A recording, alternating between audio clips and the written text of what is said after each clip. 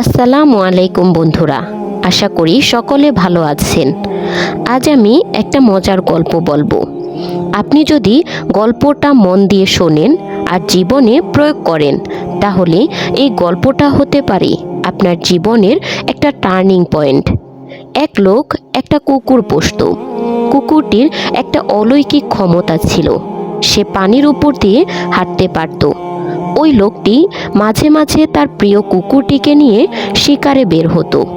সে পানির ওপর হাঁস শিকার করার পর কুকুরটিকে নির্দেশ দিত।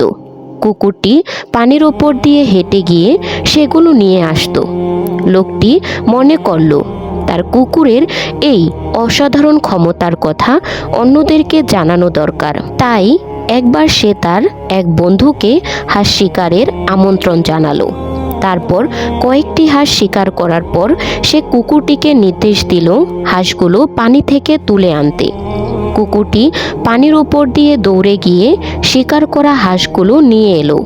লোকটি এবার তার বন্ধুকে জিজ্ঞেস করলো, কুকুরটির মধ্যে কোনো অসাধারণত্ব লক্ষ্য করেছে কি? বন্ধু জবাব দিল, হ্যাঁ, তোমার কুকুর সাঁতার জানে না। কি আশ্চর্য! কুকুরটির এত বড় কৃতিত্বের ব্যাপারে লোকটার চোখে পড়ল না, চোখে পড়ল সাঁতার না জানা। কিছু মানুষ এমনই হয়, যারা সবসময় নেগেটিভটাই চোখে দেখে। পজিটিভ বিষয় কখনো তাদের চোখে ধরা পড়ে না। তারা গোলাপ দেখে না, কিন্তু গোলাপের কাঁটাটাকেই দেখে।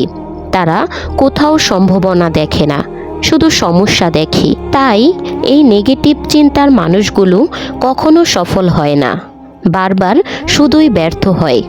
আপনি যদি সফল হতে চান, আপনাকে শুধু পজিটিভটার দিকেই ফোকাস হতে হবে।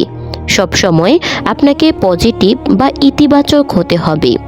এটাই হচ্ছে সফলতার প্রথম স্তর।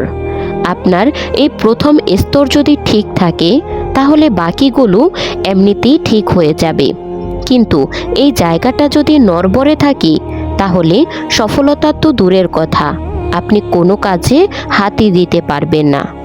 আর কাজে হাত দিতে পারলেও আপনি মাঝপথে থেমে যাবেন, কারণ আপনার মনের জোর খুবই ক্ষীণ থাকবে বেশি।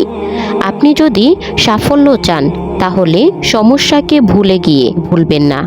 আপনি যদি মনে করেন যে এই ভিডিওটি উপকারী, তাহলে অবশ্যই এটা শেয়ার করে দিন, যাতে আপনার কাছের মানুষরা এটা দেখতে পারে।